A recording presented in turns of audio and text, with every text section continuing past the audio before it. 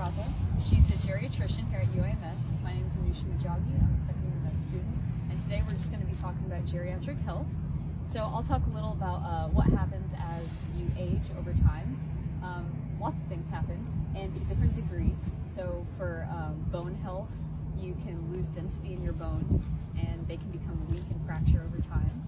Also, your joints can undergo just regular wear and tear, which will lead to inflammation and pain and maybe loss of flexibility. You can have neurological problems or problems with your brain and your spinal cord, and that can lead to not only memory problems, but problems with your balance and just how you walk.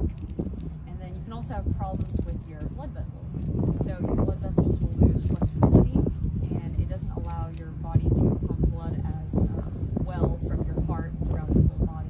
And also plaque buildup can reduce the amount of blood flow circulating throughout your body.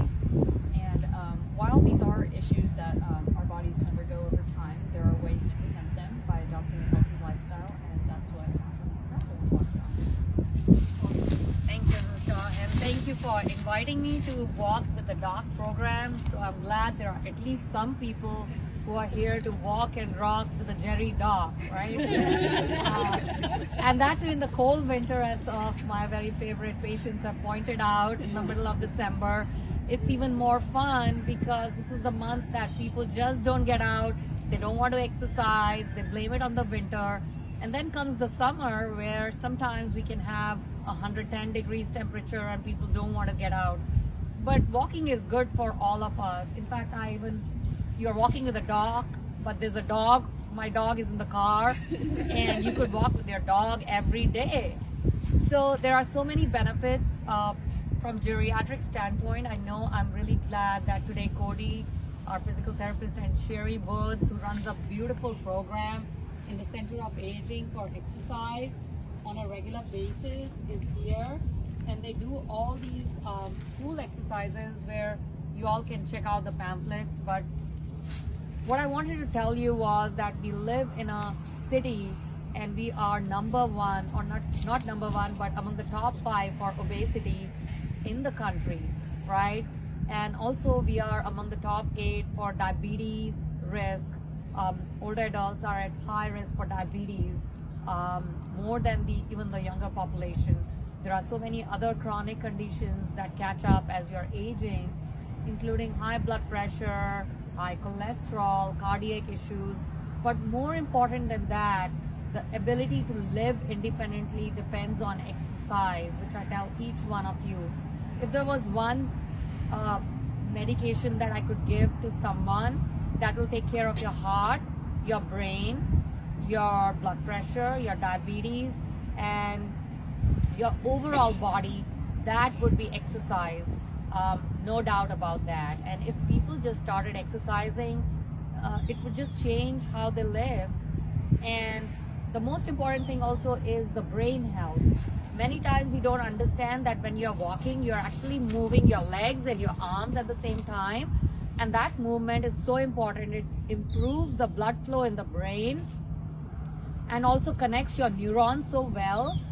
It helps with neuroplasticity, which means the aging brain is better connected. Your short-term memory, your concentration, even your long-term memory actually improves just with the walking. And Sherry will tell you that they do so many cool exercises where they're moving their arms, Tai Chi. All that is great for the brain. In addition, just walking will help you with flexibility, or flexibility more, I would say, is yoga and some other exercises. But at least the aerobic part, the benefits are huge with walking. So if you can walk on the land because you have severe osteoarthritis, your joints are affected, you can walk in the water. So walking is great. It's a really simple, free exercise. You don't need any money. You just need to get out there and walk. And it is also good for your bones. If you're using some weights every day, that's strength training. That will be building your bones up. And your balance is actually better if you're also doing Tai Chi, Zumba, some of these exercises. And the most important thing is you don't have to exercise all at once, 30 minutes, 40 minutes. That's what gets us back. You can break it down into 10-minute sessions through the day, 10 minutes in the morning, afternoon, evening, and walk. I also want to point out that it is a lifestyle. It is a lifestyle change that we need to adapt to. And again, America is a leader for many things, but we also got to remember we are also the leaders in obesity, right? So recently I had gone to Spain, and what I found that the cities are more close-knit, people live to get closer, they walk. There is no other mode of transportation, right? There are modes of transportation, they just don't use it, right? So everybody's walking. We got 22,000 steps every day, and believe it or not, the entire family lost weight just doing that, walking. Now it's not possible here, but this is a wonderful program you can take to your communities. I know that many of my very empowered patients are here who do a lot, and I want you to take this to your individual communities and kind of create a walking group there where you all can start walking together. It is so much fun. You socialize, you meet people, you are doing something that is preventing falls. It's good for your entire body, it's good for your brain. How good could that be? And similarly, all the young medical students can pass this torch on to other medical students and form walking groups.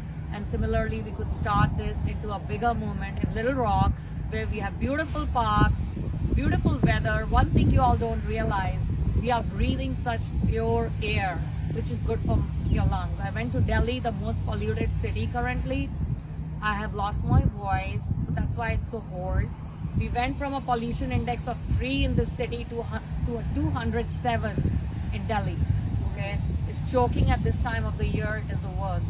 So you got to appreciate you have the free fresh air, which is good for our lungs and our body, and also the socialization, coming together, and the walking. So how good could that be? So walk every day. You don't have to walk with a dog. You can walk with your dog, your friends, your relatives, your group, or you can walk by yourself, independently. Thank you. Thank you for coming. So before we all start walking, be sure to sign in. What we do is for every 10 people who show up, we draw one name for a pedometer or a walk with the dog shirt. You'll see some of us wearing it. So be sure to do that. And also, like, Sherry is here and Cody is here.